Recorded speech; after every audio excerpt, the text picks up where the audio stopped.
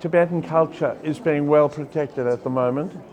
I think there's a modernization process going on, which I think is very important. And I think modernization often weakens traditional cultures. But what I see of Tibet, and what strikes me, is how strong traditional Tibetan culture is, not how weak.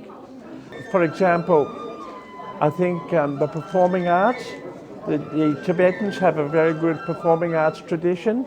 They have the religious dances, the Chanwu, and also the Archer Lamo, the Tibetan theatre, Tibetan musical theatre. And I think the training of those actors is very good.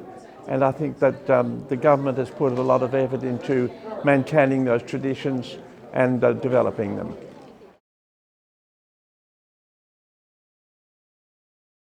I think it's important to learn Chinese for Tibetans because it will promote their ability to do well within society.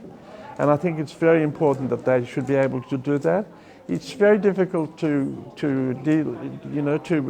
advance in Chinese society now if you don't know Chinese. So I think it's important that they be able to do that.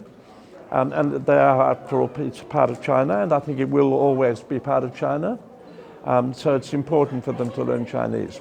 But I also think it's good to protect Tibetan language because, I mean, that's part of their culture. And I think they've got a good literature. I think that it's good to have that as well and to promote that. So I think I feel that two aspects are important. One is to learn Chinese. I think that's important. But also I think it's good to preserve Tibetan language. You know, when you're talking about languages, you sometimes think of the private sphere and the public sphere. The public sphere, that means things like education system, the law, the government, and the theatre and various other things like that. When you think of private sphere, you think of what people speak in their daily lives.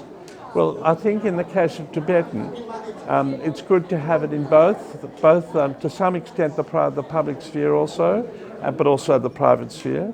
So I think the two languages can coexist, and that's what I think is happening. That's what I perceive is happening. And that's what I think should happen. Can I give you one example, a more specific one? And that is in the schools. Do you teach in Tibetan or do you teach in Chinese?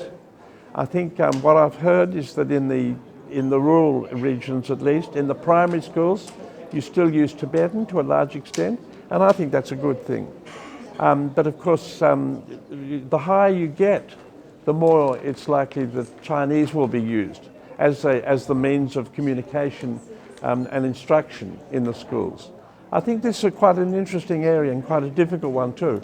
But up to now, from what I've heard, the government has done a pretty good job, I would say.